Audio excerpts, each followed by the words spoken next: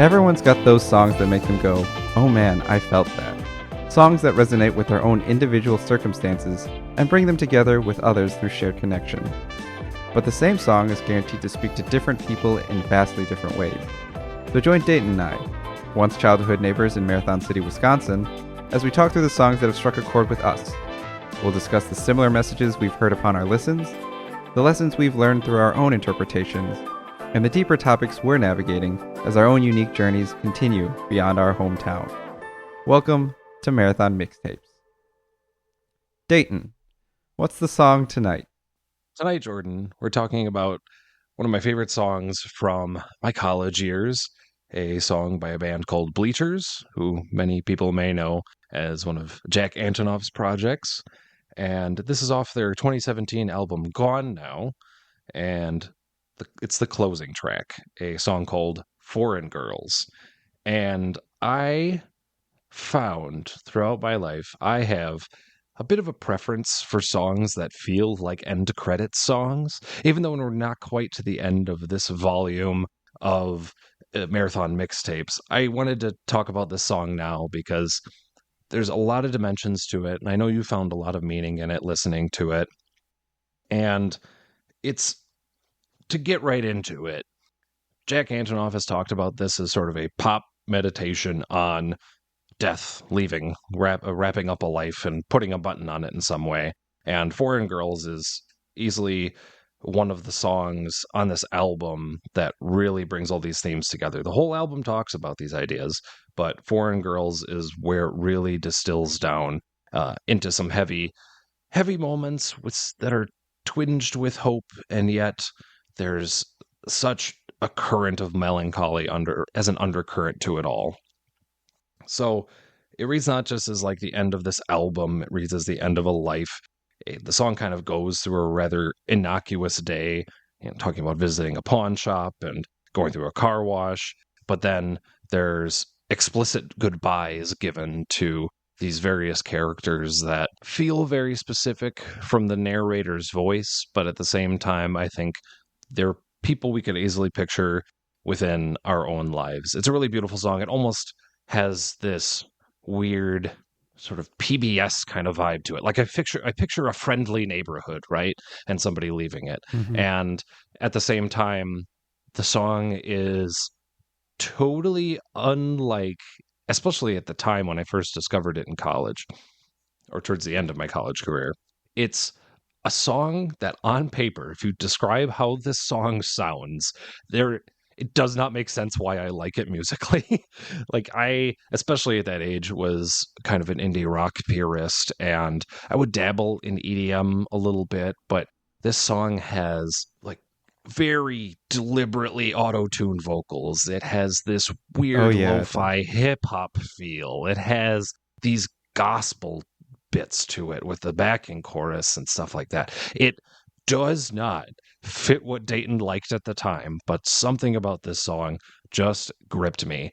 And it especially did that as I found meaning in the song that is adjacent to its themes of death, but are very personal to me, and that's what I'd really like to talk about tonight.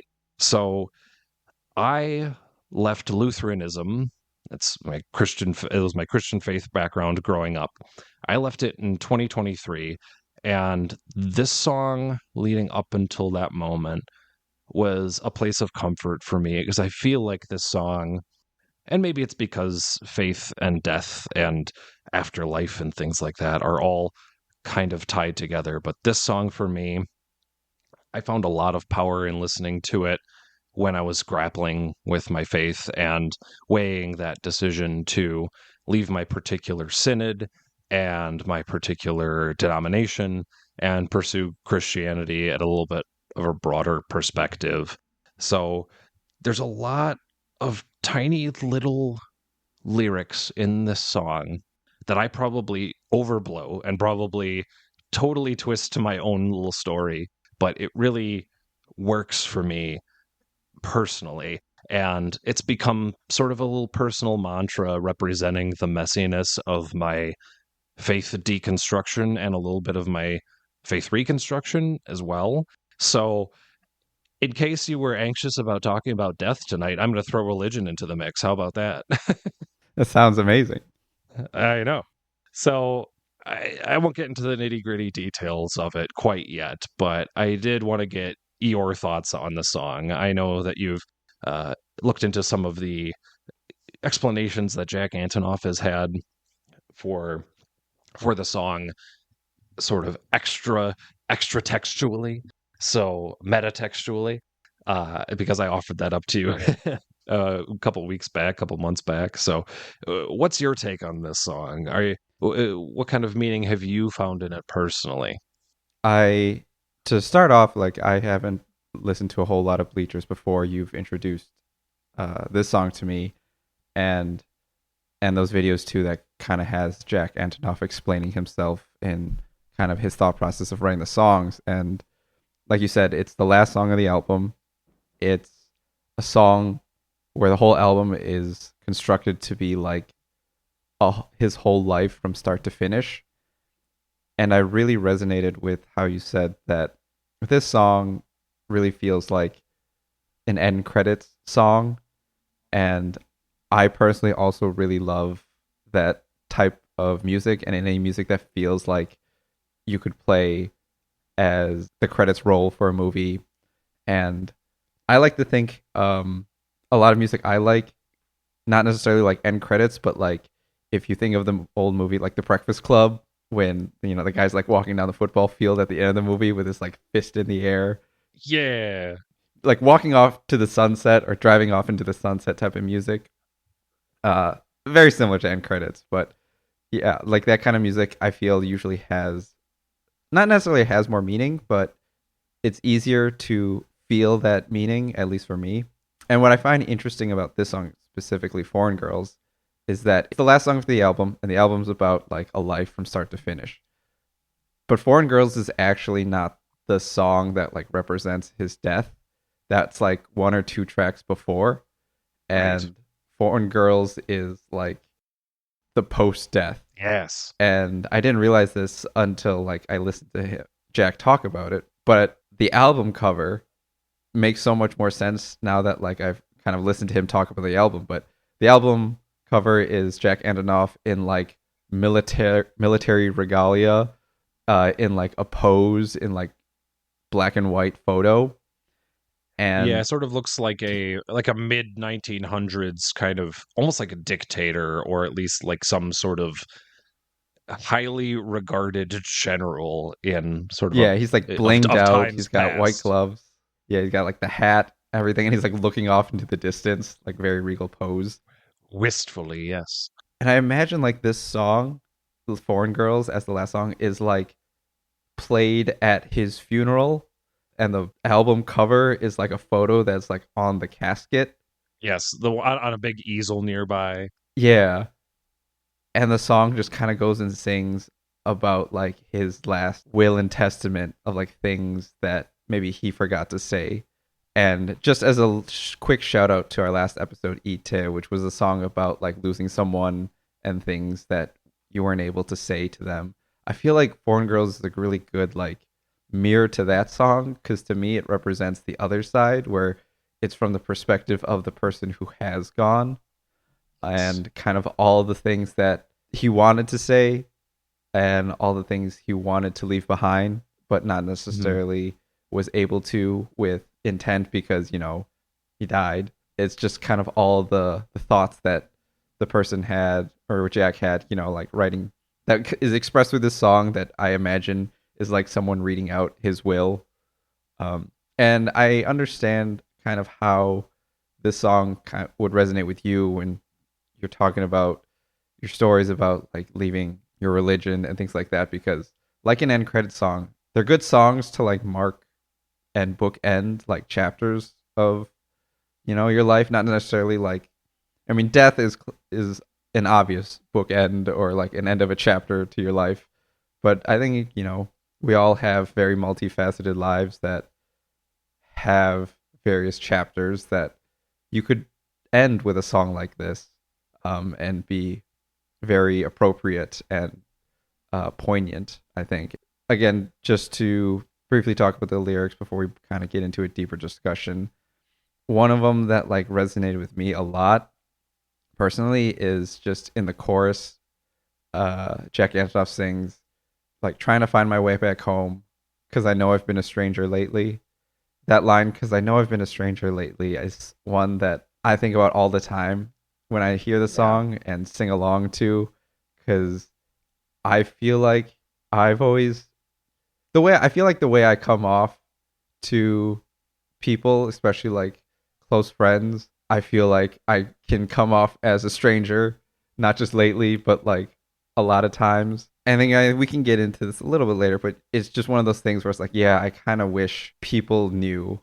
But sometimes it's not always easy, at least for me, to like just be very vocal and vulnerable because, there's always a time and place for things like that. And again, just to reiterate the points that I was saying early on, it's just that's what I love about this song is that it feels like a will of like the last things Jack Antonoff wants to say, uh, if he hadn't gotten a chance to say them before he passed. And this is kind of Yeah. like the breaking case of emergency type of thing, just so that everybody is on the same page. If you're listening to this song, I'm already dead. Oh no. But yeah, like the end of the song, right? You had mentioned before, he says explicit goodbyes to people. Goodbye to the friends I had. Goodbye to my upstairs neighbor. Goodbye to the kids downstairs and anybody who lent me a favor. These are all people that, like you said, we could all probably connect with on some level. And it just ends with a string of him repeating "I loved you all" like over and over, Yep. which I love because again, it's to me, for me personally, like the song as not even just like the end credits, right? But also feels like an epilogue type of thing. Oh, Because love that word in this context. Absolutely. like I mentioned before, the song in this album is technically like after the actual like death, which because I think he has a Hmm. song in this album previously just called "Goodbye," and I think that's more of the song that is like to represent the end of I guess the life of that in that album, and then this comes Yeah, after, and this is there are kind of sure like there are some shared musical motifs between a lot of the songs on this album hmm too, but which is really be, cool. the crossover between Goodbye and Foreign Girls is pretty explicit. Like you will recognize it even upon like first or second listen through the album. And again, to the epilogue point, like I feel like whenever we watch a good movie with characters we really love, and we get to the end of the story, I feel like isn't it natural to like, man, I wonder like what's the rest of their life look like, and we always kind of wish for an epilogue to the characters of our favorite stories. And Yes. this song to me again feels a little bit like that, right? Like it's that epilogue where you get a little bit more of, I guess in this case, Jack Antonoff, but like the character of this album of a character we've grown to really enjoy and like in the story. And whatever may have happened in the story, I feel like it ends it on like a positive, like lighthearted note. Yeah, there's something really powerful about the repetition of "I loved you all." It's a very simple phrase, very simple lyric, but the fact that this character has just gone through this list of friends, somebody you're pretty intimately connected with, upstairs neighbor, we can guess that that was probably a pretty acquaintance level relationship, but there's a sort of an implied distance there, right? And then goodbye to the dream downstairs. That's like sort of like these memories or these ideas of what life might have been like that might not have been fulfilled. And goodbye to the way we talk, goodbye to the things we bought. Like we're talking very non physical and then physical things, like the immaterial and then the material. This person is saying, I loved all of it, which I think is just an awesome message. I think it's easy to write a song that's like, I loved the noble parts of life, or I liked being with friends and family. Like we all obviously like that. That there's nothing new to be said there. But I think there's this last series of lines is just a great way for to hammer home that this character just loved life and everything it offered, Mm-hmm. which I think makes the song all the more like bittersweet, right? Because this person seems like there might have been some things left unsaid. There might have been some things left undone. They miss these innocuous things, and they mention doing very routine things, and they seem to say it with some sort of reverence. But then it's like they appreciated it. I don't know. I think there's a cool kind of universal acceptance of everything that life is here at the end of this song, and that's really resonated with me. It really hammered home that credit song epilogue kind of feel, and makes it feel, the whole album and the song feel complete, you know. Mm-hmm. And to go back to the stranger line too, I'm glad that you connected with that line in particular, because it's one I go back to in my brain. It's one I almost have in my back pocket, even outside of my very personal faith journey that I've sort of aligned to this song. But that, when I think about that line, I think about all the moments when I was, too in my head and didn't act the way I wanted to around my wife, my friends, my family. And it's such a great line to encapsulate what it's like to be just off, just to be in your head, just to not Oh, be the sure. person that you want to be around those that you love and those that you want to give the most of yourself to and the most of your authentic self. To just say, I know I've been a stranger lately. It feels like, yeah, sorry. I know I've been weird. I know I've been quiet. I know I've been snippy, whatever. It can take a lot of different forms, but that specific word choice, stranger, so powerful. It's like, just to say, I know I've been not completely recognizable. I know I've been like the silhouette of my typical self, but not, that's not quite Dayton, or that's not quite Jordan.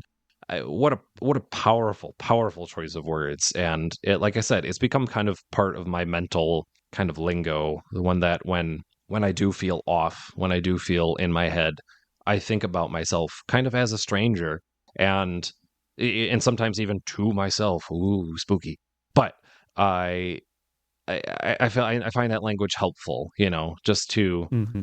allow myself back into the conversation, like literally, like my true self, if you want to get kind of wooey about it, to allow the Dayton I want to be to take over the wheel again, because it's a nice delineation, right? To say I've been somebody else because I haven't let my feelings out, or I haven't coped with something in a healthy way, and just to let Dayton drive, it will get this stranger out of the way, and people will be able to see me again.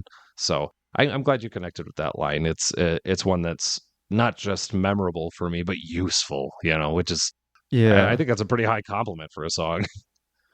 Yeah, and honestly, I think I get that too, but I also kind of like how it's a line in the chorus, so it gets repeated multiple times, and I think gets repeated like 3 to 4 times, like in a single chorus. But something that I've been just kind of thinking about right now is that he says, because I know I've been a stranger lately. I've been a stranger lately. He iterates it a lot to kind of, in a way, he sings it too in a tone that kind of is like, yeah, I know, like he's agreeing Right. to some sentiment from someone talking to him, but he doesn't like apologize for it, or he doesn't like make a reasoning. He just kind of acknowledges it, and as a song that we both feel like does a good job of like feeling like the end credits to a story or an epilogue. I think not only does it have that like feeling of when you hear that specific line, you're like, you think of like times where you were like in your head, and you could be more of your genuine self, and you try to get back to that, get out of that funk or whatever.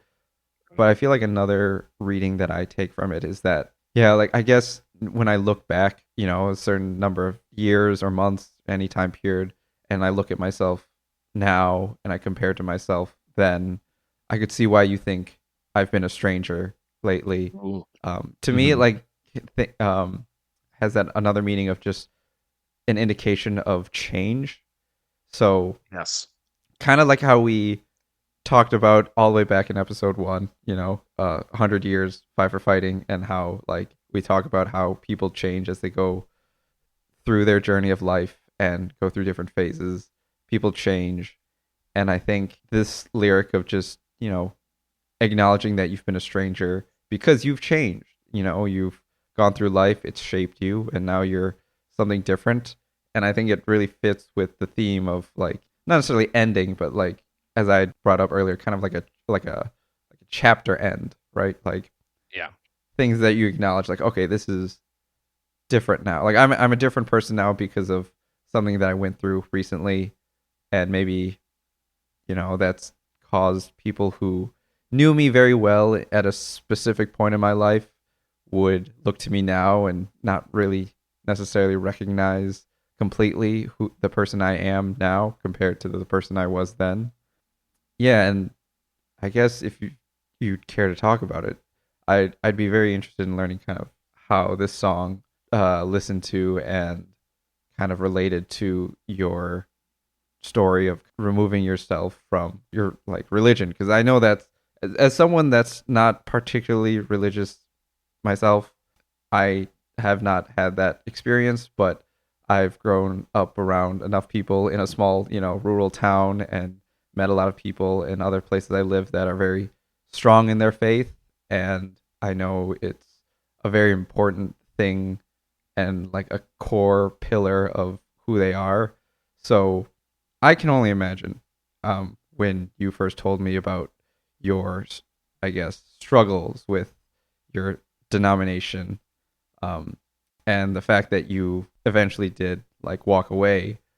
I don't know if I can imagine. I can only imagine. I don't know what the right turn of phrase is, but I'm sure I'm underestimating the severity and kind of impact a decision like that must have been for you. So I'm curious how like this song played a role in kind of keeping that memory, or just like if it's had any effect on you to do that, to take a step away, or if this song is more of like a reminder of of that like experience for you. Yeah. So, well, thanks for being so considerate too, because this is a big topic for me and not something I talk about publicly often. When people ask me about it, I'm always happy to talk about it because it is such a big part of who I am now. And let's be frank, I mean, you witnessed it too with us growing up together. A lot of people around me growing up, especially once I got into middle school and really started encapsulating, really just swallowing up and gobbling up everything I could about my faith and really getting into it, my faith at that time. A lot of people saw me as like the good Christian kid, like he's really involved in the church, he does X and Y, yada yada yada. And an important element to this too is that I actually ended up working for my job at the synod that I was involved in for a while, and that was part of the whole unraveling here too. But I'm getting ahead of myself a little bit. But I think what will make some people startled is that I've had this journey. If they haven't asked me about it, not a whole lot of people go around asking people about, oh, where are you at in your faith? Some people do. I don't know if we like those people, but Do you have room for Jesus in your heart right now? gosh, an old lady on the Milwaukee streets asked me one time, and I just said, "Yep, I'm good," and then And just moved on. just moved on with my day. She's just like, "Do you know Jesus Christ?" I'm like, "I've heard of him." So, and so this is going to be a lot for me, but I'm prepared to talk about it, especially with you, because I've alluded to having this journey, this faith journey before, but I don't think I've really talked about it in detail with you.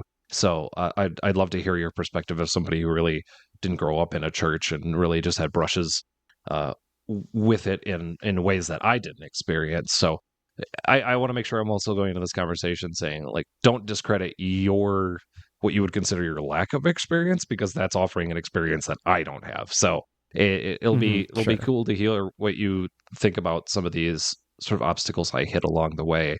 But I think the last caveat before I really dive into this is, because I know my parents will be listening, is that I still consider myself a Christian. I think I used a line in one of our previous episodes, and I think this holds pretty true. It says, I consider myself a Christian, but not the kind of Christian that a lot of other Christians would claim. Like they're like, oh, he's not ours. He's just kind of a weird dude. I've absorbed a lot of different variations of Christianity and sort of picked and choose what I liked and thrown out some of the things that I felt like were toxic to me or weren't compatible with the way that I want to live my life. I want to be careful not to use the word lifestyle because people call me out on that too. It's like, oh, you just want to live a life of sin, don't you? No, no, no, no. I want to live a life that I am proud of and one that doesn't feel arbitrary. So one that's filled with meaning, filled with purpose, and one that's really driven by kindness. And that's really what's been my operating system for picking apart my Christianity and putting it back together again. So that's, I think, my last caveat before I really get back to the song here is it's just like I still consider myself a Christian, and I'm always happy to talk to people about it and what sort of brought me to where I'm at. But just so my mom can sleep at night. Yeah, don't worry, Mom, I'm still Christian. So at any rate, what really there's one lyric in this song that just hit me one day. I listened to this song countless times in 2017 when Gone Now came out. And I remember I was driving along Lincoln Memorial Drive in Milwaukee.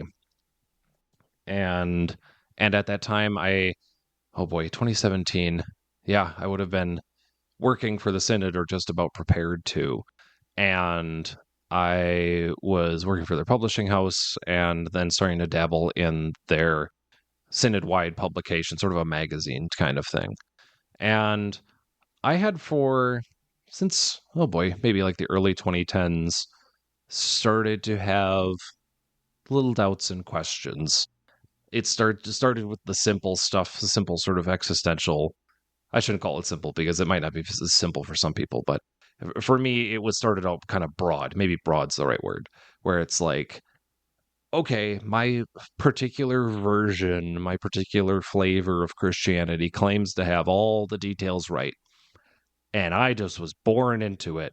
That seems a little weird. That seems a little convenient, doesn't it? So started kind of with questions of that. And I had a girlfriend throughout high school who was staunchly Catholic. I really admired her for her dedication to her faith. But at the end of the day, we had very specific theological disagreements. We literally argued over them sometimes, like the nature of the sacrament of communion or what the nature of worship should be. Very, very odd things for like 15 to 17-year-olds to be talking about. But that's just the kind of kids that we were, right? But I think that also speaks to just how involved I was in the church. So I started having these doubts sort of towards the end of my teenage years. And this was a huge contrast from where I started out. In the particular brand of Christianity where I was at, it was a conservative type of Lutheranism, and we really were educated on our faiths in middle school. And when I say educated on our faiths, I mean like you go through a dogma of it, a catechism class. I don't know if that's a universal term across Christian faith, but that's what we called it. And as you can guess by the name, Lutheranism, Martin Luther, we were looking through Martin Luther's catechism, basically line by line, memorizing as much as we could and absorbing as much as we could. And I really took to it. I was like, yep, this makes sense. There's very clear senses of right and wrong. And I can do this. I can memorize this. I can ace all the tests. I can remember these verses. I can resonate with these ideas because they're based off of this one particular translation of the Bible that I'm very familiar with, and this all makes sense. Great. So I had this very neatly packaged version of Christianity sort of ready to go and ready to carry with me anywhere I went, which for the kind of sort of preteen, teenager, early teenager I was, that was great. It gave me the reassurance that I was in the right camp, that it's like, okay, you've got this part of your life figured out. You can worry about the other stuff now. That kind of thing. Gave me that permission to not think about my morals in a critical way, not think about my death in a critical way, not think about my relationship with my family and friends really in a critical way, because as long as they were in my camp with me, I had nothing to worry about, kind of thing. And so, I think when I had a Catholic girlfriend and when I started hanging around with more people of different faiths who were equally as fired up about their particular version of Christianity or another faith or a lack thereof, just as fired up as I was, that's when the cracks started to show. So that journey began like before college. So when I moved to college, as I've talked about before, I really stopped going to church, and I sort of just left my faith by the wayside there for a while. And I went to church every once in a while, was a little involved with the non-campus ministry, but really, again, didn't find an avenue to think critically about my faith. So when it came to Sunday mornings, that brings it back to foreign girls here. When it came to Sunday mornings, I simultaneously felt like I was making a better use of my time by not going to church, but also felt like something was missing. I was in this weird limbo time. I was lost on Sunday morning, trying to find my way back home, walking in circles. There's just all of these lines. I was like, this feels like how I feel on the Sabbath day. And, of course, Sabbath being whenever you designate it, I guess. But in this case, a Sunday. And I just started to think about this song in that tangle I was feeling, and this tangle I hadn't really addressed in a thoughtful way. It gave me the space, like so many of these songs do. It gave me the space to think about something in a sympathetic way. It gave me a chance to be like, oh, people have even if this wasn't explicitly like a sort of religious allusion, this idea that Jack Antonoff might be like, oh, I could drop any day of the week in here, but I'm going to use Sunday because it thinks people can think about church then, or people can think about their faith then. Even if that wasn't intended, it felt like somebody out there too was struggling with their place when they weren't sure that they wanted to be a churchgoer, or they weren't sure if they wanted to be a particularly part of like a specific church or something like that. It just hit me and captured so many of those confused things that I was feeling, and again, not addressing, just not picking up and dealing with. It got so much to the point where, shortly before this song came out, I was working for a religious organization that was affiliated with my church, with my synod, and it was difficult. It was really tough. Some of my old coworkers might even listen to this episode. Apologies if they do, but because this will be the first time they're hearing this. But that's really where things started to fall apart for me. As I was writing copy for the backs of books and emails advertising the various specific things that we were publishing, I started to realize I was subconsciously pushing back on a lot of it. I remember some particular books were calling out people who believe in evolution, people who are part of the LGBTQ community. And when I say calling out, it wasn't explicitly like a takedown of them.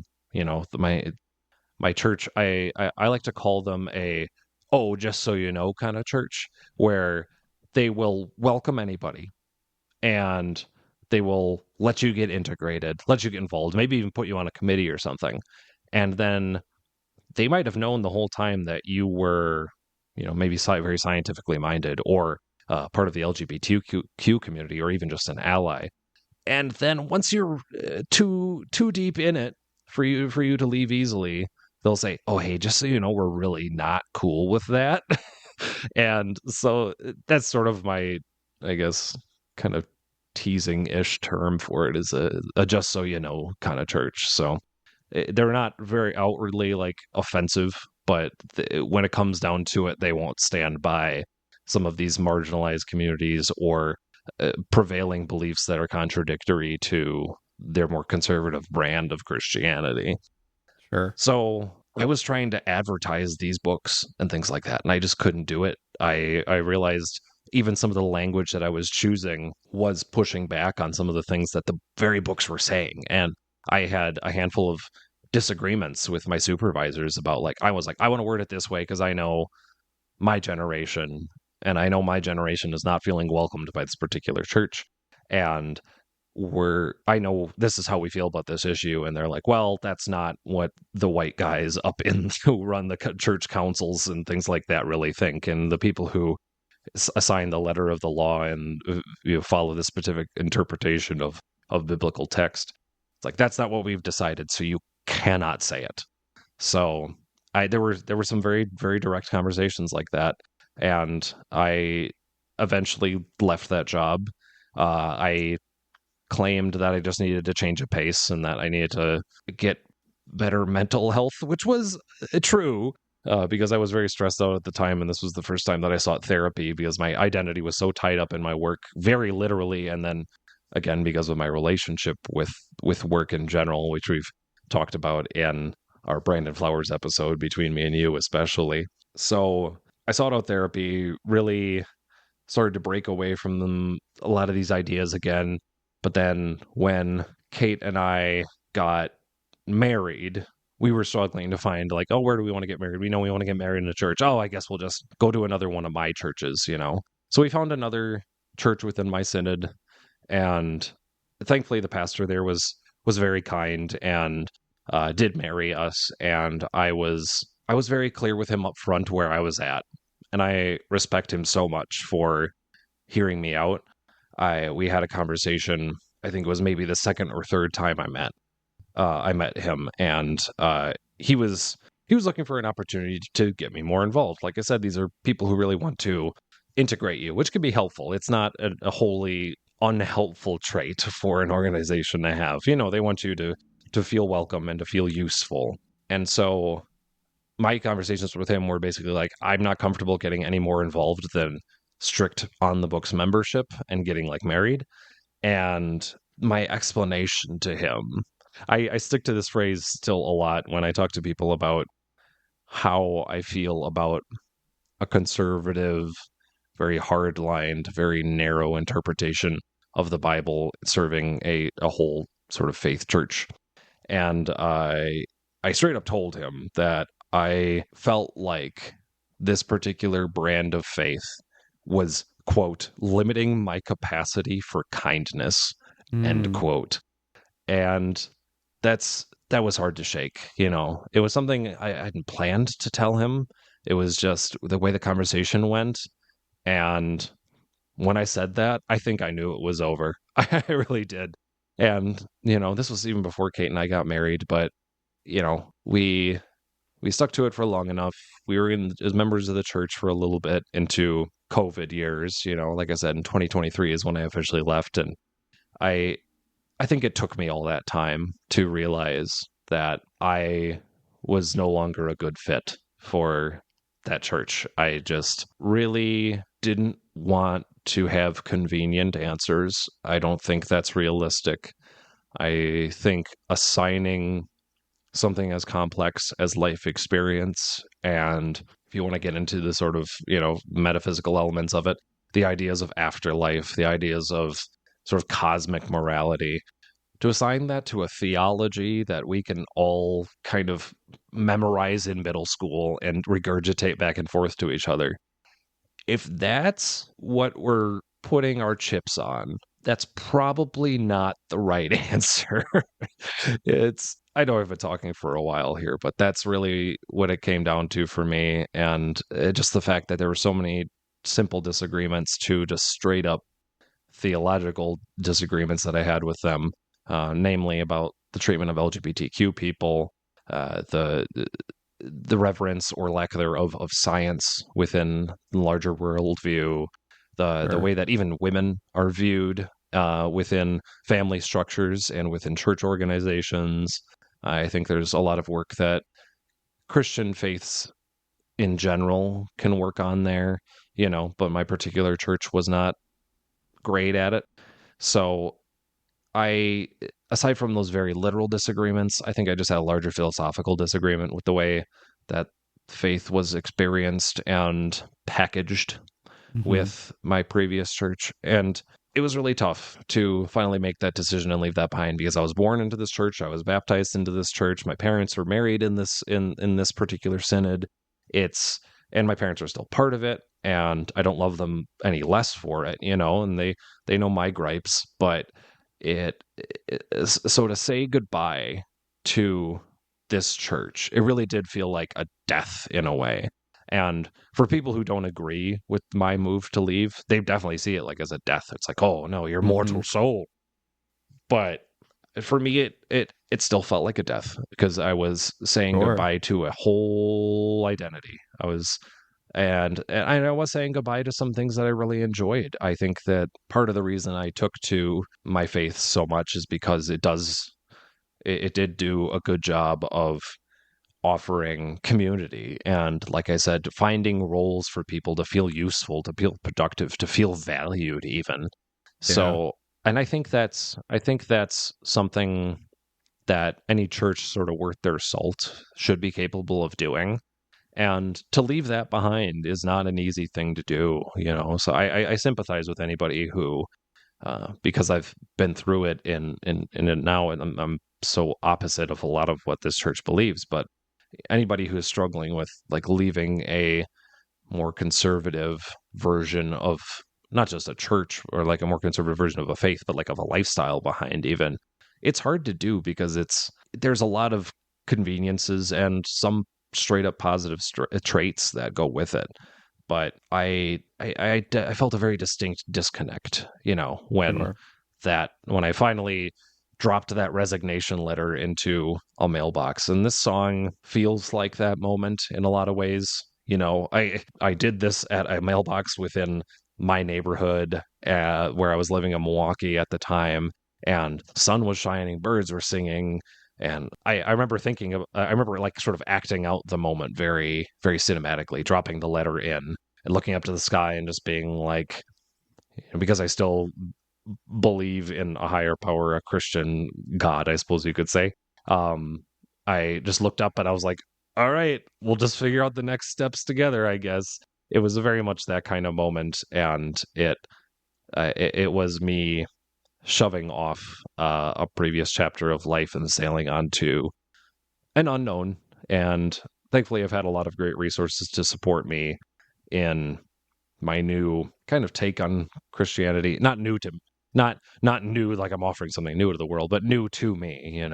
I've found a lot of comfort in reading works by the Jesuits, and there's a lot of great voices out there, even in stand-up comedy, who are representing Christianity in such a fun way. And not fun as in digestible, but fun as in more thoughtful, more critical, more engaging, more connected to our daily life. And Pete Holmes is my big example of that. He's been such a comfort to me throughout all these years, as this song has. And I think what really ties this song back to my life as I'm living it right now, because I'm not going assigned to a church right now, but I still consider like prayer and thinking about the divine, if you want to go that deep. I think that's very much part of my daily life, and this song has moments like that too, where you think about going to a pawn shop, getting a ring and a wristwatch, gift for somebody, something very small, but kindness is there. And going through a car wash, got to get cleaned now. This idea of sort of self-care, Mm-hmm. self-maintenance. I I think this character in this song finds spiritual depth to daily life, and I like to think I do too. And that's what keeps me connected. That's what keeps me going. That's what keeps me happier than I think I would be without some semblance of religion in my life yet. So that's why I still kind of hold on to it, and sort of have my own brand of it right now. Sort of have my own flavor. But it, this song felt it captures all those moments of doubt, but also those glimmers of hope, but also those ideas of leaving a community behind, or a very specific idea of what life could be. You're leaving that in the past, and you're gonna live in some new way. Doesn't know what it looks, don't know what it looks like, and just in the same way that this character doesn't know what life, if there is one after death, looks like. It's this very, very distinct divide. So I own up to it now. I like the way that I've been taught to think about the world through the resources that I've sought out, sort of post Lutheranism. But also, I've also found ways to teach myself too, or at least listen to my daily life and see the goodness in it and find a lot of joy and peace and love in that. I think one example, just to sort of tie up this whole long rambling odyssey that I've given you, I think, to sum it up in kind of a beautiful way, if I do say so myself, is the way that Kate and I try to think about our expressing our faiths, because she's still a Christian as well. And we always talk about how spending our Sunday mornings, if we can spend it showing love for one another, whether that's cooking breakfast or making an extra special cup of coffee or doing a chore that the other person was dreading. It's like, if we can do that for one another, that's probably a better way to serve God than to sit in a pew and shake hands and sing a few hymns ever could do. It's that at those moments, those serving God or serving a divine kind of idea through other people is more powerful than making sure you show up and you're checking a box for what now kind of feels like an outdated kind of ritual, right? So, But again, all respect to people who still have that part of their lives, but it doesn't work for me in the way that I express myself and my connection to a divine ideas through other people and the way that I want to treat them. I don't want to have a limited idea of kindness anymore. I want to express kindness and find kindness through other people. And I think there's a lot that we've ignored by not embracing that idea and sticking more to, oh, this is what my faith says, this is what my theology says. It's like, no, well, what does it mean to you when you're kind to somebody? What does it mean to you when you're loving to somebody? There's power there. Why not try that? So, yeah. So that's it. Wrap it up, everybody. I mean, thanks for sharing. And as someone who is not, I guess, very religious, but have always been in communities where religion is such like a bedrock for, like, because Marathon for a small town was, very religious because it was a small farming town in rural America. I mean, and that was like another reason where sometimes I felt like othered in the town. Religion is always something that I guess like fascinates me a little bit. I feel like as someone who's non-religious, I spend a lot of time thinking about religion, not just like Catholicism, but like other forms, like, like Buddhism, like Muslim people and like how they do things. I agree that like I've had conversations with people like even back in like high school, just like talking about theology in general, just all the good things that religion can provide. And you've mentioned it in your story, like the biggest one I think is just a community, right? A group of people that you can turn to have like a sense of belonging. I do appreciate like the religious texts that are taught for the sake of teaching like values. So yeah, I'm not very well read on the specifics of like Catholicism, but like I assume like the 10 Commandments and things like that, where you have these rules to be like a good person. And I think one of the major conflicts or like gripes, I guess, I have with honestly like any religion is that sometimes like for all the good that it can have, it portrays its doctrine very like dogmatically and exactly feels like there's no room for flexibility or changing. Um, and you see this a lot with people that are also, I feel, struggling with their faith and like Catholicism when they bring up certain passages of the Bible. And it's like, well, Leviticus told us we can't eat lobster, but that's fine, right? And then you get into the arguments of like people having debates and like picking and choosing which passages to follow and which ones to like sweep under the rug because it suits them. It does Yeah. a very good job, I think, of othering other people if they don't share your faith. And Yep. one nice thing, I guess, with our more like globalization of our society because of advancements in technology is that we have more interactions with people of different faith. And I'd like to say, fortunately, more people than not are seeing that a lot of times we share the same values if we have different religions, but it's expressed in different ways, or we're taught these values through different stories and parables in our own religious texts. I like to think when you were telling your story, I was thinking about like my childhood, and I feel like I had all the not all, but I had many components of a religion, but without the, I guess, like dogmatic backbone of a specific god. Because I remember growing up as a kid, every Sunday morning, I wouldn't go to church, but I'd go to Mandarin school, which would be like the six Chinese kids Yeah. going to one of the kids' parents' house, and she would teach us Mandarin for like an hour or two, and it made our own little like community there. We had to memorize poems and recite them, uh, and these poems were That's remarkably similar to what we did in like Sunday school and catechism class, of course. Yeah. yeah, and these would be like Because the Bible it does contain a lot of poetry, whether or not people believe that, you know. Yeah, I remember like we'd have to memorize poems and like short stories that were basically like fables and stuff that had like, Mm-hmm. meaning to them. But obviously, a lot of these stories and poems were more secular. Like there were no religious undertones, but they had like a meaning to be taken at the end of things.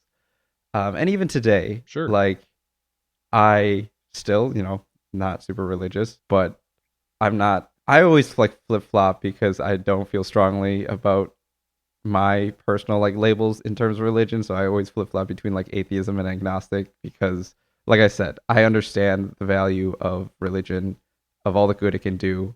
Sometimes it can be a little bit like heavy handed with what it's trying to like spoon feed me when I'm just looking to try to go through this world without making too many ripples. All that to say is like even today, like every Sunday, I go to my tea shop and I spend hours there just like meditating or just like unwinding, and it's Mm-hmm. become like a ritual that feels very much like people going to church, right? Like I guess now Oh yeah. my church is the Church of Tea. Oh yeah. One of my good friends is uh he takes on the label atheist and owns it, and uh he was also a great resource during a lot of my deconstruction and reconstruction, even though we disagree on, sort of the broader outlook of things. But he and I, for a couple months, when I was really, really struggling, had video game church where Oh. we would wake up on a Sunday morning and we played some Magic the Gathering Arena. We played some RuneScape, like classic RuneScape. It just anything to sort of help me fill that void for a little while, but also not have me feel like beholden Hmm. to this thing that I was disagreeing with. So yeah, tea church, video game church. I think it's there's it's mornings. Mornings are underrated. Yeah, People need to spend more time just like doing shit in the mornings. It is the best. I've been regularly waking up at about 5:30 in the morning now, and it feels like a cheat code on life. It's the sure. best. And as you were like telling your story of kind of your journey through kind of questioning your like religious upbringing, it reminded me of a story, and I don't know if you remember this, but I remember when we were kids and hanging out, we used to love watching Chopped on the Food Network all the time. And I, like I said, I don't know if you remember this, but I remember when we found out Ted Allen, the host of Chopped, was gay. And Yeah. I don't know how you felt about it internally, but I remember like seeing your reaction. You were like, it was weird because it felt like you up to that point, you and I both like loved the show, loved watching chefs cook random ingredients, and then we learned this like one fact about the host that has honestly nothing to do with the show itself. And to me, I remember very shortly afterwards, you seemed very, I guess, troubled about like this new information that this host was gay, even though like for me, I was like, yeah, I guess like, people in Catholicism aren't really big on that, right? But it's not like that's a big part of how he, I guess, like portrays himself on the show, or if like he's still just a dude hosting the show about cooking. Right. But it was, to me, it was a very surprising moment that like it had such a big impact on you, at least from my perspective. And I was curious if you remember that. I do. And I don't know if it says more about your sort of social acumen at that age, which is impressive, or more about my shit poker face at that age. But yes, I mean that is the kind of stuff that, to put it frankly, I was taught to feel troubled about. I there's a very similar Mm-hmm. example from um middle school, and there's another element to this too that I'll get into. There's another example from that middle school time where, and one that you would connect with too. I Somebody had, I don't know, I don't remember if it was online or somebody had told me it at school, but they had said that, oh, Zach Braff, the guy from who plays GD on Scrubs, Scrubs is a show you and I both loved, and one that was Mm-hmm. like a huge part of my sense of humor at the time, even though I probably understood only maybe like a third of the jokes at that age. If somebody had told me like, oh yeah, Zach Braff's gay, and I remember being like, damn. like, you know Like my world just got shocked. Right. And because it was like, I was told that, like, oh, if these people have this kind of lifestyle, there's something to fix about them. Not necessarily that we shouldn't Mm-hmm. associate with them. My church wasn't that extreme, but they were like, oh, before they Sure. get right with God, they've got to figure this out, kind of thing. And Yeah. I think part of the reason that these two particular, one a rumor, one a fact, about Ted Allen. He's a gay, happily married man. Right now, as far as I remember, at least last time I checked. I guess last time I read his wiki, and then Zach Braff, who is straight, I think, as far as I'm concerned. But I think what had troubled me about, I think he's dating Florence Pugh. I think he was for a while, which is, hey, good Yeah. taste, man. I love Florence Pugh. She's great. Anyway, I think what also troubled me about those facts and like sort of accusations or rumors was that I really, really identified with Ted Allen and with Zach Braff and with JD. Yeah, I was gonna bring that up because I just. I think I don't remember if it was you or somebody else who had said that, like, oh, Dayton, you kind of carry yourself like Ted Allen does. I was a kid with glasses and I had kind of like this game showy kind of vibe about myself. And the Yeah, I do particular. remember Mm-hmm. that. I remember. Yeah, I think I made that quote, and you're like, "Yeah, I am like Ted Allen's cool." And then I think we found out, that he was gay, and then like Right. you had this weird, not, I mean, it wasn't weird, it was very valid, like conflict, like, oh, I thought I was like Ted Allen, but I'm not gay, like, Right. and it just felt like a bag of bricks had hit you, just get taken out by a sack of bricks. No, I think that's a fair metaphor to use, really. And it's like, I think what I really appreciated about it's a little, it makes a little bit more sense to talk about, I guess, within the sense of Zach Braff's character JD in Scrubs, is that like this is a very like affectionate, very bookish, not necessarily explicitly like macho masculine kind of man, and he's the main character. Like I've never found, first, to get the one thing out of the way, out of respect for my friends who are in the LGBTQ community, I haven't had that struggle, personally. I've the, always considered myself heterosexual, always had an interest in women, whatever. Like that's never been my struggle. So I want to leave space for people who have had that struggle, especially if they were in like a conservative faith or something like I was and had to add that You hear layer. that, Brandon Flowers? Sorry. Right, yeah. Don't say about my experience. Whatever. But I want to make sure I sort of clear that out of the way. But I think really these JD as a character and Zach Braff kind of as an actor too, because he's kind of typecast, and then Ted Allen as Mm-hmm. this really poised but also kind of fun and showy kind of host, very sing-songy, kind of has an old-timey kind of radio kind of character Yeah. about him, something that I really like took on as at that age, especially like when my voice dropped and people are like, "Oh, you have a good radio voice." I'm like, "That's my entire personality now." you know so I to see these people and to see them like othered and be like, "Oh, they're not part of our tribe, sorry."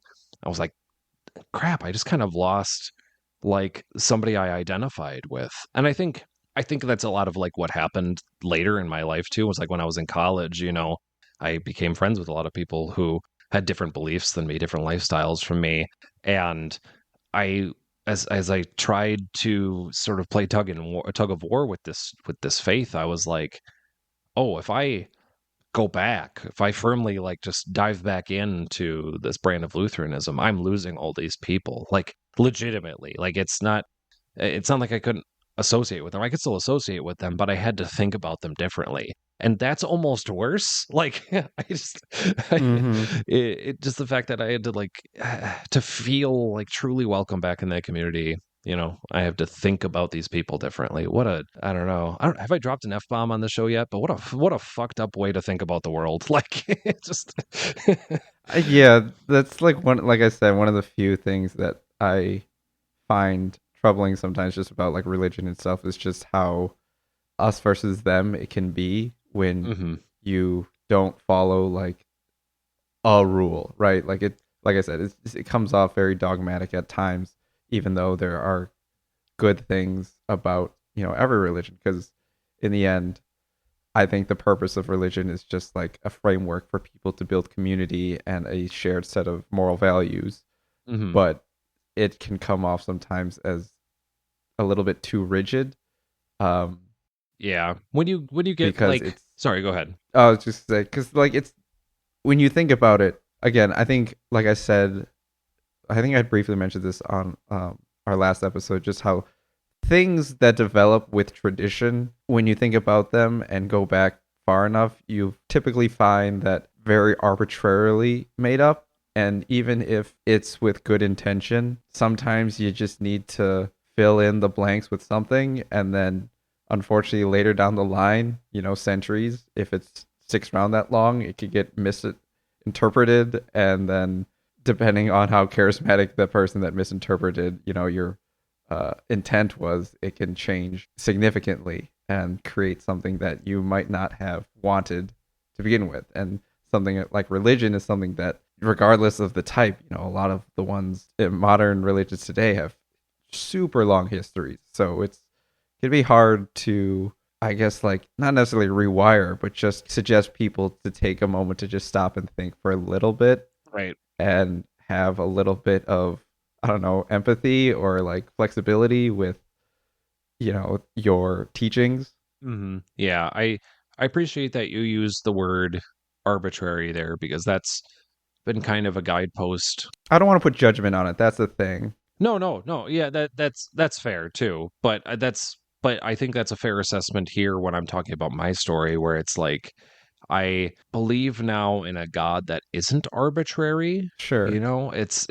I feel like if God has something to tell us, it's purposeful, it's applicable, it helps us get through the day kind of thing. And excluding people of different sexual orientations or believing that the world is explicitly like 6,000 years old, like those aren't helpful.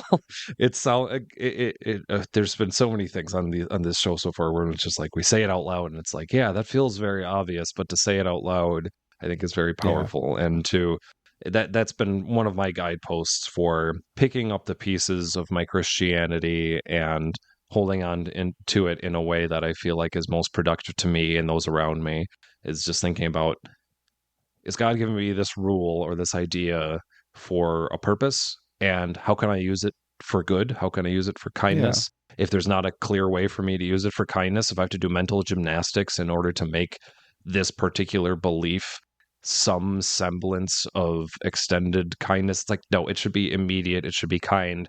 We should be loving people, as long as we're not hurting them. We should be loving people on their terms, not on ours. So it's that's what I go back to. So I appreciate that you used that term there. And I also want to shout out one of my big resources in, again, my faith deconstruction and reconstruction, and that's a podcast and whole community called The Bible for Normal People. Oh. It's a great name, kind of cheeky, but a great name.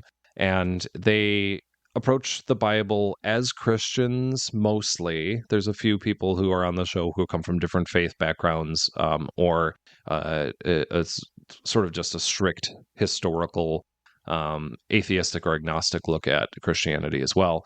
But they try to break down the Bible in a little bit more of an academic sense, and then kind of, and from a historical standpoint as well, they analyze it as like a text that was written within very specific historical contexts, and that helps guide some interpretation. But they're also open to a couple different interpretations of things. That's part of the joy of them too, is that one of their main sort of mantras is that, like, we can't know the way that, like, is like, if there's one answer, we can't know it, so we might as well explore all of these different answers together, which makes it a very powerful community. But one of the leaders of the organization, I think it's fair to call him a leader, I don't know his actual title, his name is Jared Bias, and he had a quote that's really stuck with me too, where I don't know if I explicitly believe in, I don't think I believe in a hell specifically anymore, but regardless, he has a quote that I think really stuck with me, and again is another sort of guidepost, in that he said, "I would rather be condemned for the people I accept than saved for the people I rejected." Ooh. I think that's really Yeah. powerful, and just that super, super spoke to me when I had heard him say that, and they've sort of lifted that one up as one of their kind of main tenets as well within their organization. So, and it's something that speaks to me. That's the kind of life I want to lead. Yeah.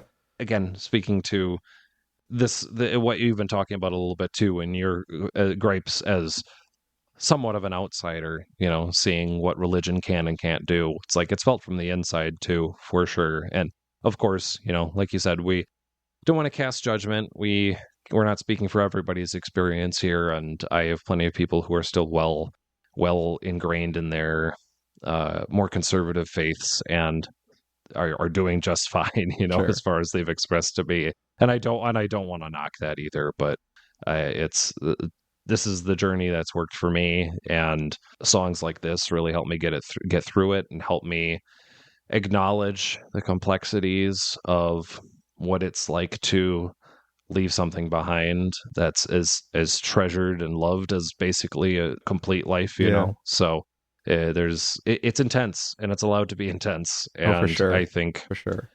for foreign girls to give me that space to believe, like, yeah, there's a part of you that has walked out.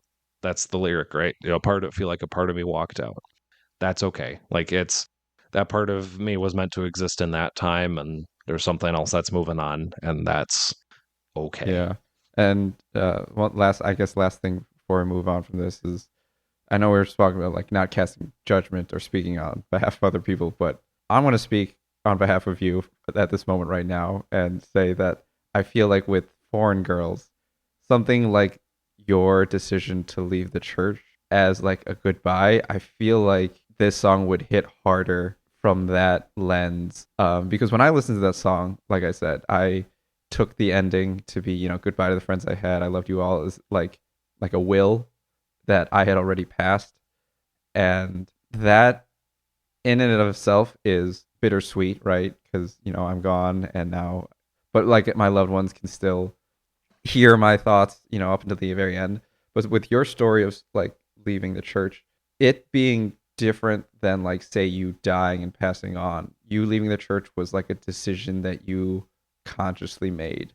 And I can only imagine that it might Mm-hmm. feel harder because like with death, right? Like no one really, God forbid, like no one hopefully chooses, to go out on their own terms, I guess. Like a lot of times when people pass on and die, it's hopefully, God, even hopefully, I feel so a little bad saying that, but like it's through like natural causes, it's out of your hands, like you pass on, and then people Mm-hmm. a lot of times hope like out of your hands, it kind of happens. And but with you leaving the church, this was something that you consciously decided to do, so you had more, I guess, agency.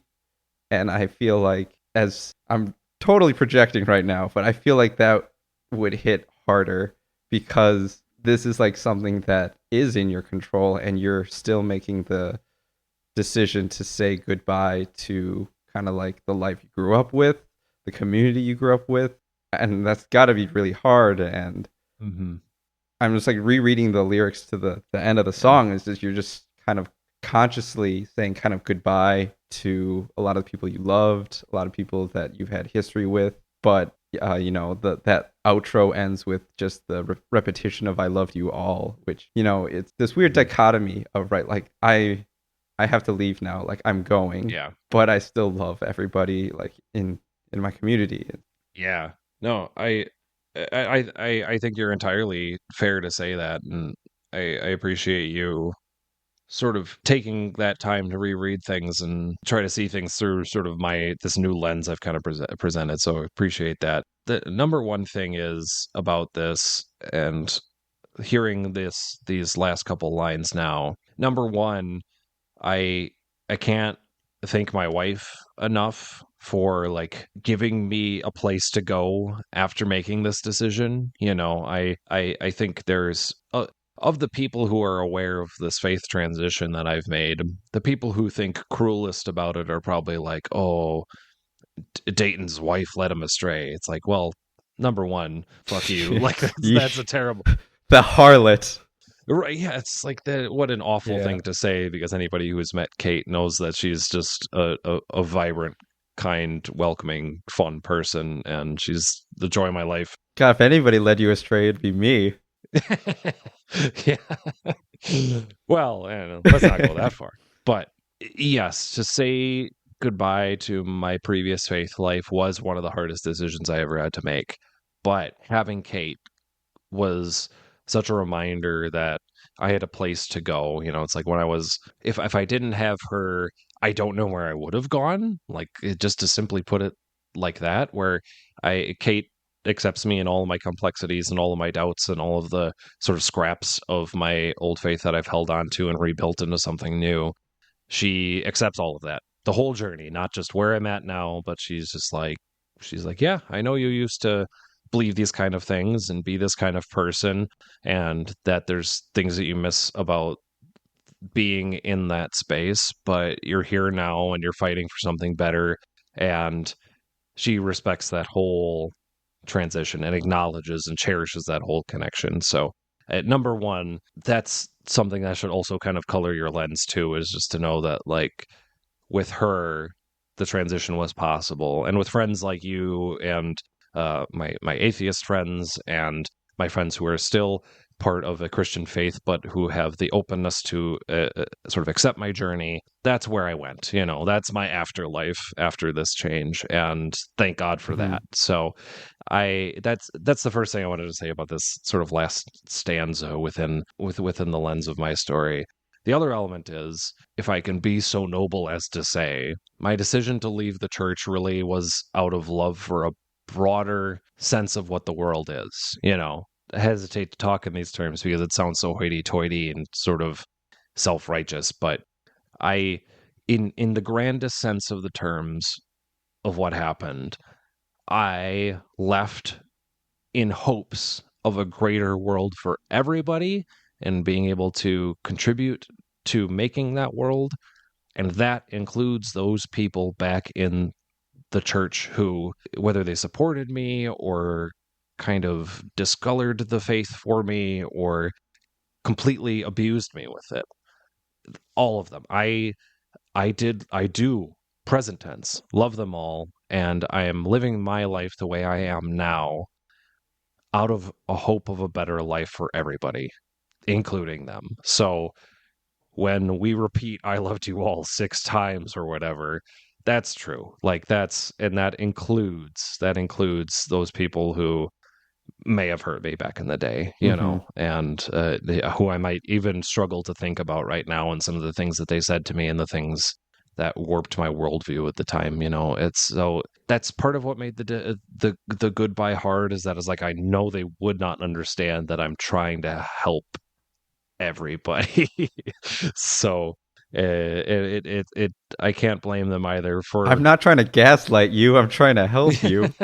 it's I can't blame people for, especially older generations, for not completely seeing it my way though too, because I mean I spent, oh boy, in 2023 I was turning 29. So wait, no, I don't remember. I wouldn't. Math is fun.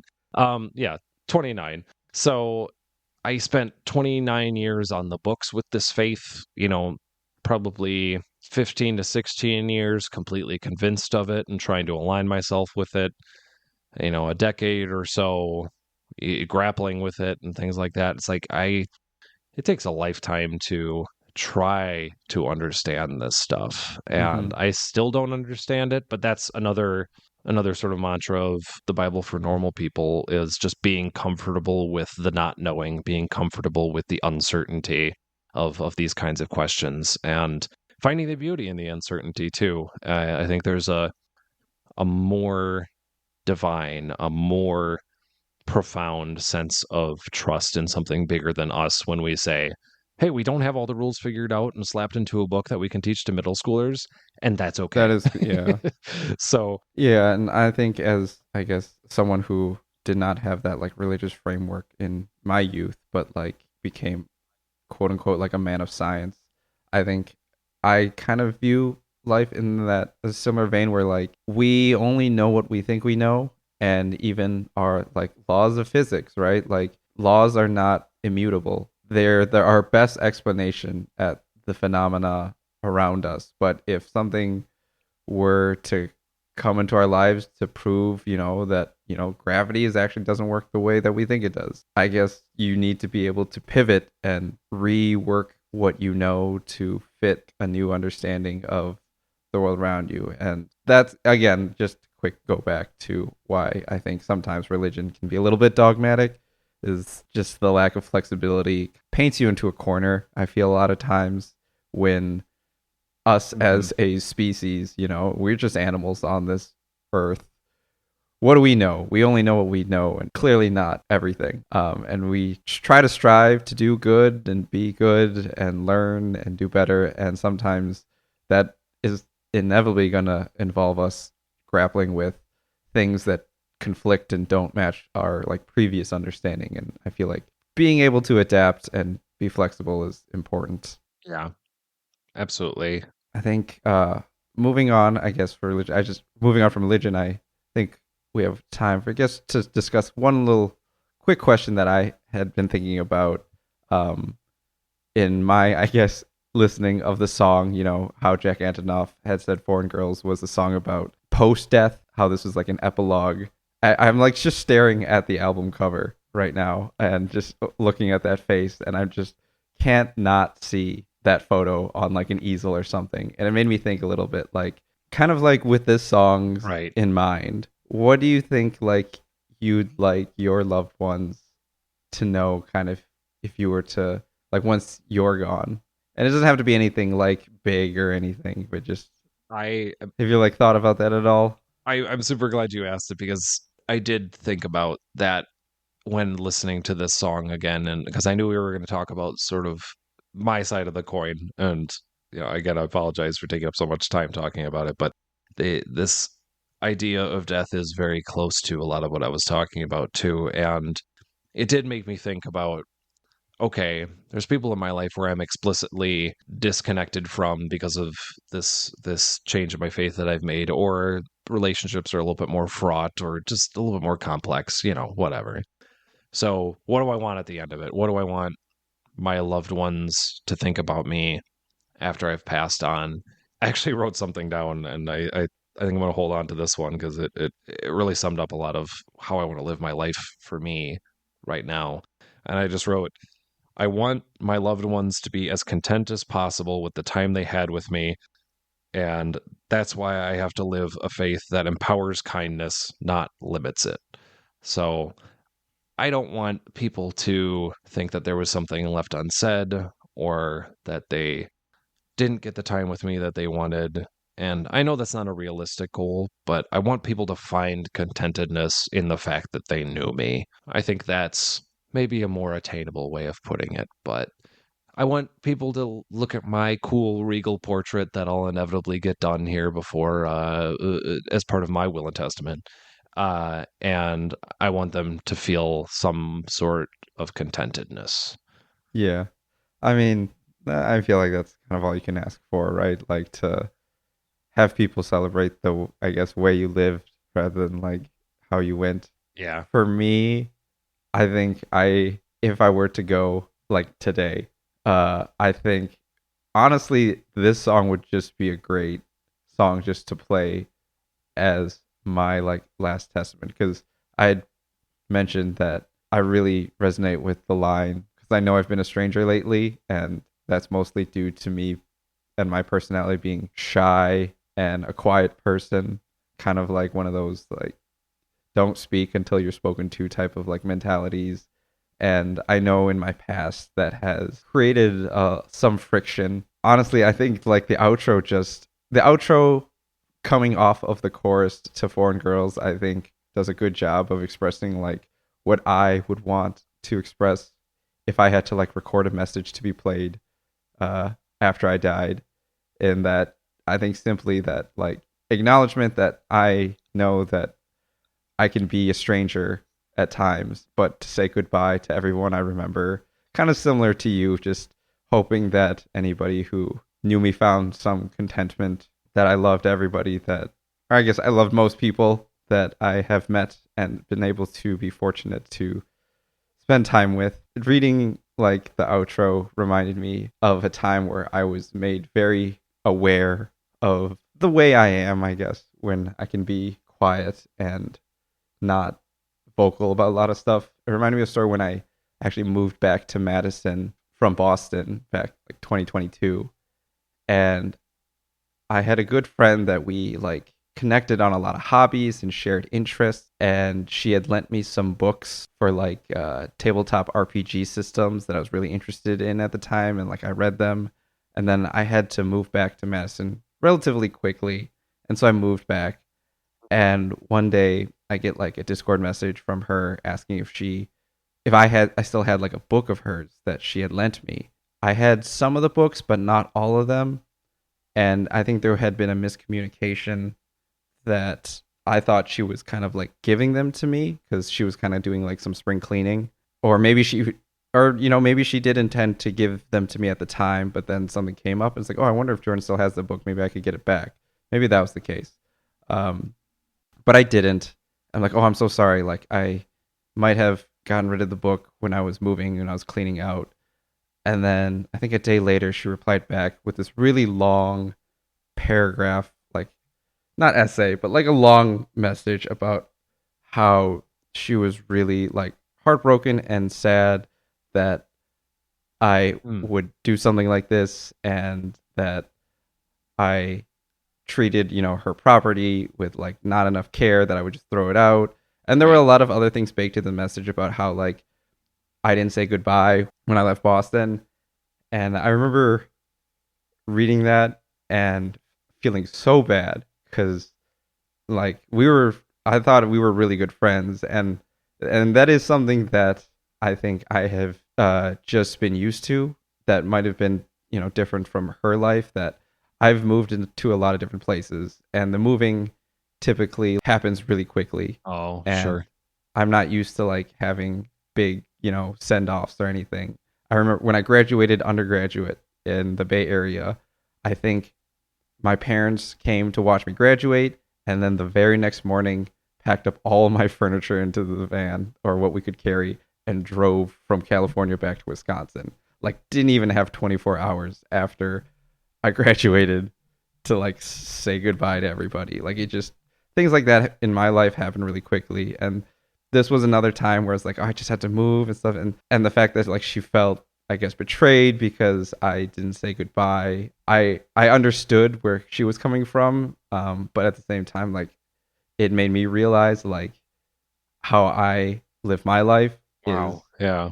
sometimes, I don't know what the right word is, like not fast paced, but like Right. it can come off as cold sometimes, and it's like in these moments where I realize that, or at least how I read the song of Foreign Girls, I know I can be a stranger sometimes. I feel like, you know, it might seem like I'm a stranger. I just want to like say that most people I encounter in life and spend any like more than an hour with, I feel very deeply like appreciative of the time that they've given me and I give to them. And again, I think Sure. if I were to go out today in the next couple of days and had to record something beforehand to be played, I think the outro does almost a perfect job of kind of the sentiment I would want to kind of put out in the world, right? Where it's just thank you, goodbye, I loved you all.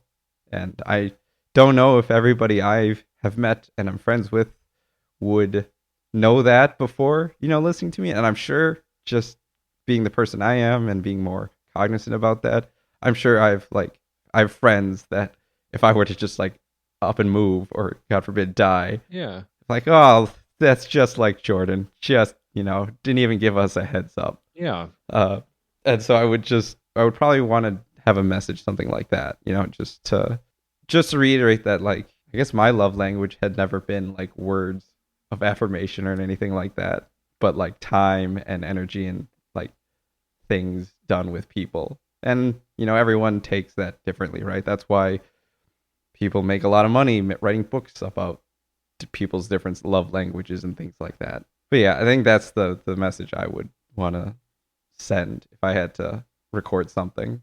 Yeah. Well, thanks for sharing that, man. I'm sorry you had to go through that. I know I've been through some similar situations too, where it's just like my operating system wasn't compatible with somebody else's sort of perception of the kind of things I was putting out in the world.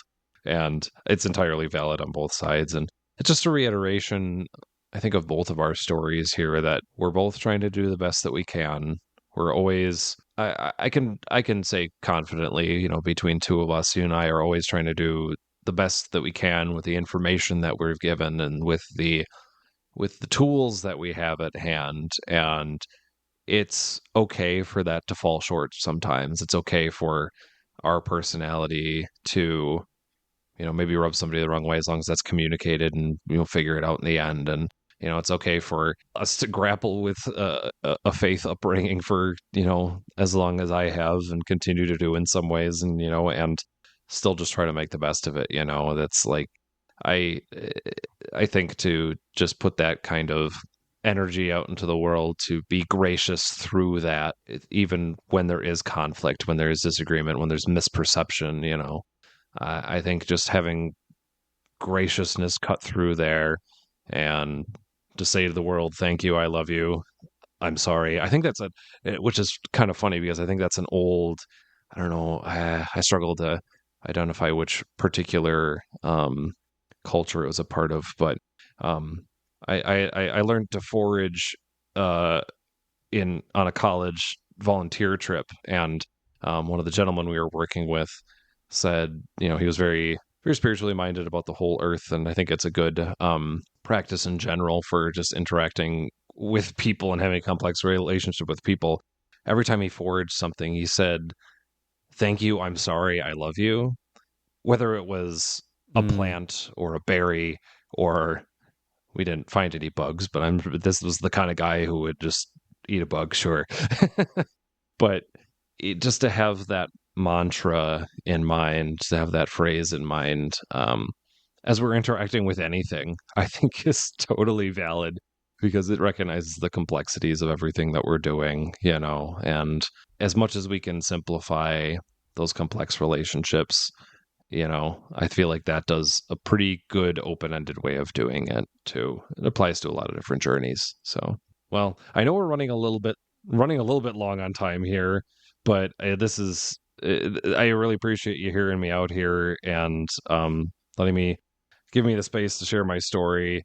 And I wanted to kind of end on two little quick anecdotes. I know Sure. we're running long on time here, but I one's kind of wistful and something that we can leave this song thinking about, and the other one's just kind of funny and kind of bittersweet in its own way too. But one quote that I thought about as I was listening to this song and thinking about the people I've lost lately and some of the ideas of what like it means for a story to end or for a life to end, I was actually taken back to a quote from the great Keanu Reeves. I don't know if he was the originator of this quote, but he was on the Colbert Show some odd Oh, I think I know this quote. Yeah. some odd months or some odd years ago. So you know where I'm going with this. Stephen Colbert asked him, "What do you think happens when we die?" And Keanu said, "The people who loved us will miss us." And that's just like, I mean, that's it, right? That's just the reality. Whatever you believe or whatever you don't believe, like that's the reality of it, and that's what we have to operate on. And it reminded me too of those little games like online. You'll run into it on Instagram or Twitter or wherever, where it's like, oh, the last text that you sent is going to be your epitaph. What would it be? Post in the comments.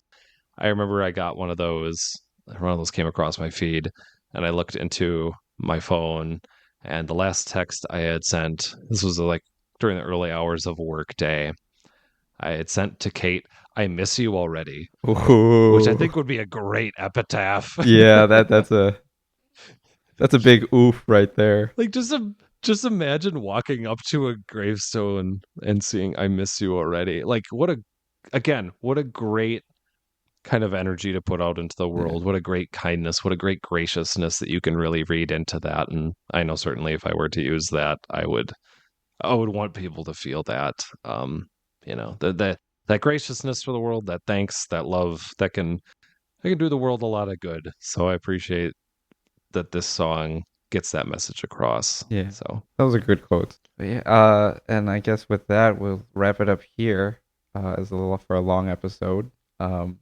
To our listeners, if you got this far, thank you again from both of us for listening. And if you want to reach out with any comments or stories of yourself in talking about religion or just kind of your own personal things, we'd love to hear it. And you could feel free to reach us at marathonmixtapespodcast@gmail.com.